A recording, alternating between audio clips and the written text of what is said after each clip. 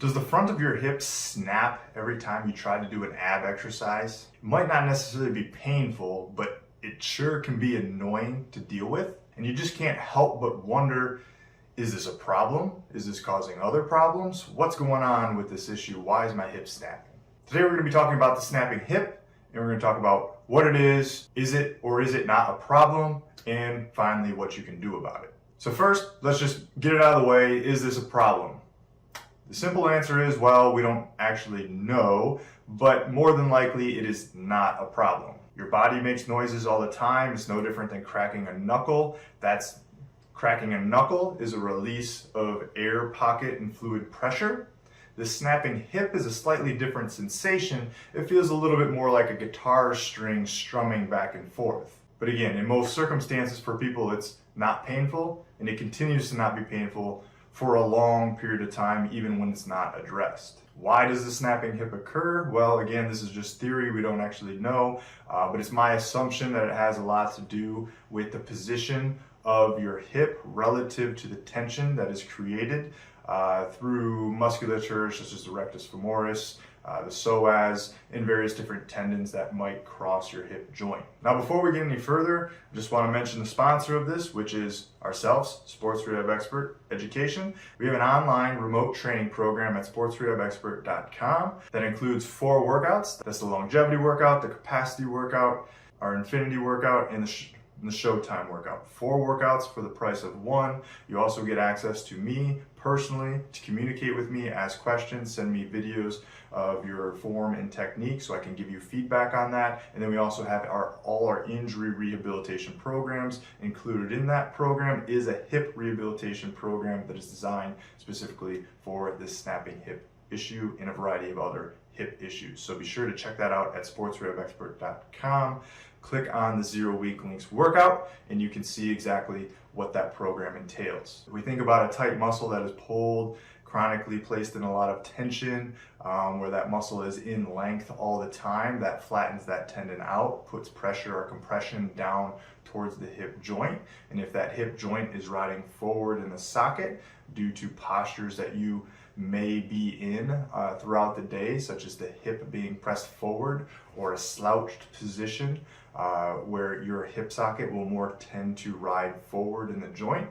Between the two of them, that places perhaps an increased amount of compression, and when your hip or your foot rolls back and forth through internal and external rotation or amount of extension in the case of an ab exercise, you feel the tendon rolling over top of the bone, and that's where you get the snapping sensation. Now again, that's why it's not painful. Your tissue is more resilient. It can deal with that sort of issue. It's why it's not necessarily a problem, but I would argue that that tendency is a sign of other things going on that might actually be problematic. So even though you might have snapping hip and that snapping hip isn't causing you pain in that moment, you still may be dealing with hip pain in that constant tension of the musculoskeletal system placed on stretch, or the hip riding forward in the socket, placing pressure on the anterior hip capsule. Those type of sensations could cause you more like a toothache feeling in the front of your hip. And if you're dealing with that sort of issue, then it's probably wise to start trying to address this issue. Likewise, people also feel a compressive sensation in their low back due to the hips and their pelvis kind of riding forward and placing an anterior posterior shear of the pelvis, sacrum, and spine column. And again, all these things aren't necessarily problems. Your body can deal with this sort of issue, but if you chronically live in this state of compression, and that's where possibly you start feeling some of these aches and pains coming on later, and having to deal with a random type pain that just rears its head every once in a while without any real mechanism of injury per se. All right, so now we're going to start talking about what you can do about it. You'll notice that there's kind of 3 components to this. So there's a biomechanical influence to this, where we're talking about the position of the femur or the hip relative to the pelvis and low back. There's a muscular strength component to this, and then there's a muscular length component to this, generally speaking, on the back side, hamstring, spinal erectors, and ability. A lot of times in these people, you'll see that they can't necessarily do a seated toe touch very well because they lack the ability to posteriorly weight shift, elongate their hamstrings, and elongate their spinal erector. The flip side of that coin is they also lack the ability to maximally shorten their abdominal and hip flexors. Now, of those three things, the thing that I think generally needs to get worked on the least is the hamstring flexibility. Low back flexibility, a lot of people tend to still need to work on, but a lot of people are already stretching their hamstrings, think they have tight hamstrings, but they actually have quite a bit of hamstring mobility. If you can raise your leg up to 90 degrees and keep your leg fairly straight, you have pretty darn good hamstring flexibility. If you can do that, but you can't touch your toes, you lack low back flexibility, low back, sacrum, pelvis. So to improve the seated toe touch, things we want to do are an assisted standing toe touch where we use a band to help pull the low back or belly button down towards the femur or thighs, because again, we're not necessarily trying to stretch the hamstrings when we're bending over touching our toes.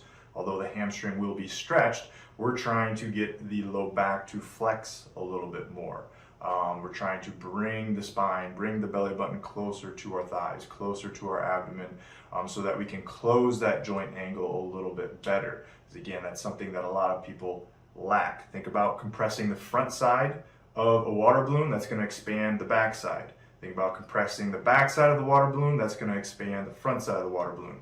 So if someone's always standing with their hips pressed forward, they're compressing their low back and they're expanding the front side of their pelvis, hip flexors, abdominal region. So we want to do the reverse of that. We want to compress the abdomen, compress the hip flexors to expand the backside, and that's what we're trying to get out of this exercise.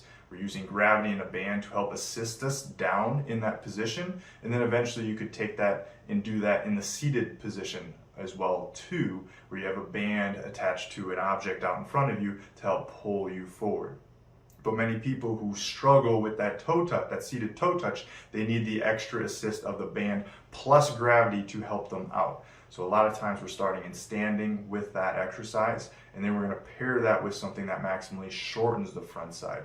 So that would be something like a 𝐸 hammer raise on a bench, where we're trying to bring the knees to the chest while keeping our spine nice and long, and not necessarily tucking underneath in a slouched position. Because that's another thing that this type of individual with snapping hip tends to struggle with. They tend to struggle with the ability to sit tall.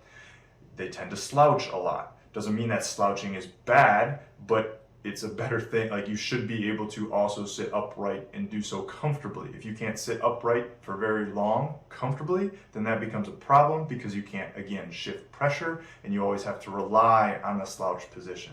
That's when the slouched position becomes a problem, is when you have to rely on that position and you sit in that position 24/7. You should be able to shift your pressure around, and you should have just the amount of comfort sitting upright as you do in the slouched position. So we're trying to improve upon that with the 𝐸 hammer raise. Sit up nice and tall, bring the knees as far close to the chest as you can without globally rounding your back.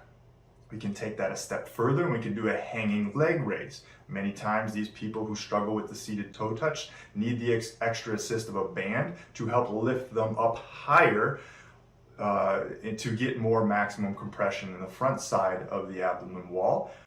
People who struggle with the seated toe touch also tend to roll backwards or tuck under when they're doing the hanging leg raise. So using the band to provide that assist, now we can focus on keeping a much more erect spine as we perform that activity. Eventually you get those knees high enough, you're going to start rounding a little bit. So it's not bad to see rounding.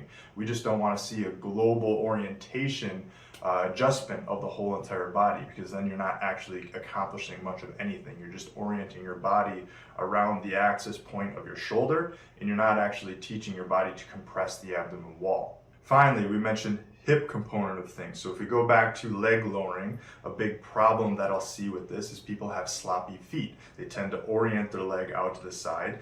External rotation of the femur is associated with more forward pressing of the hips. So that's going to create more of that forward anterior migration of the hip ball and socket orientation, which again might predispose it for a little bit more of that hip snapping sensation. So we need to really orient the foot straight ahead. Think second toe pointing straight up towards the ceiling, and it'll probably even feel a little pigeon-toed to most people.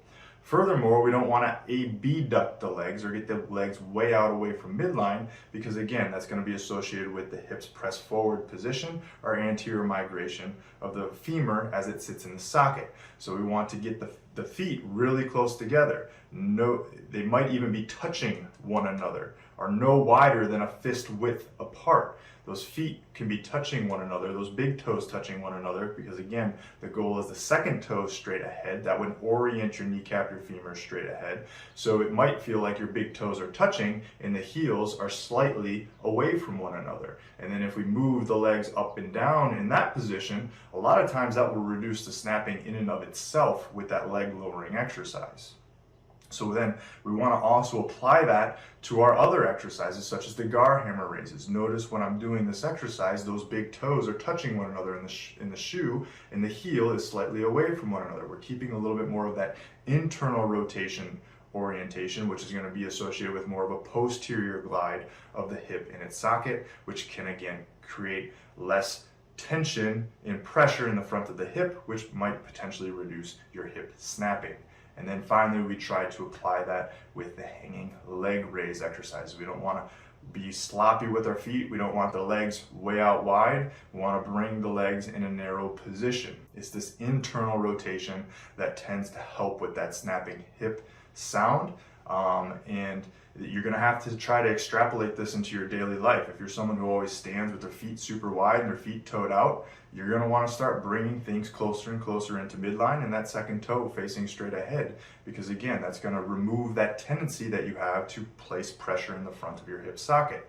Again, I'm going to still say that this is not bad for you, but we're talking about movement tendencies. We're talking about the amount of time that the hip is undergoing pressure in one specific spot. And if that is out of balance, that's where we start getting these wonky sensations. Now, thanks for tuning into the video. Be sure to like, subscribe, and comment below with any future videos you'd like to see or any questions you may have about this particular snapping hip issue. Just want to remind you again about our training program at sportsrehabexpert.com. It's 4 workouts. We got an online training program as well as rehabilitation programs for whatever your needs might include. In that online portal, you're going to get access to a hip program that can help specifically with this snapping hip issue. And then you also get communication with me through an app that you can text me questions and you can send me videos of your form, technique, performing the exercises that we have listed. So be sure to check that out at sportsrehabexpert.com. Click on the 0 weak links workout. This is Greg Schaible with Sports Rehab Expert. Thank you for tuning in, and we'll be with you very soon in the future with another video.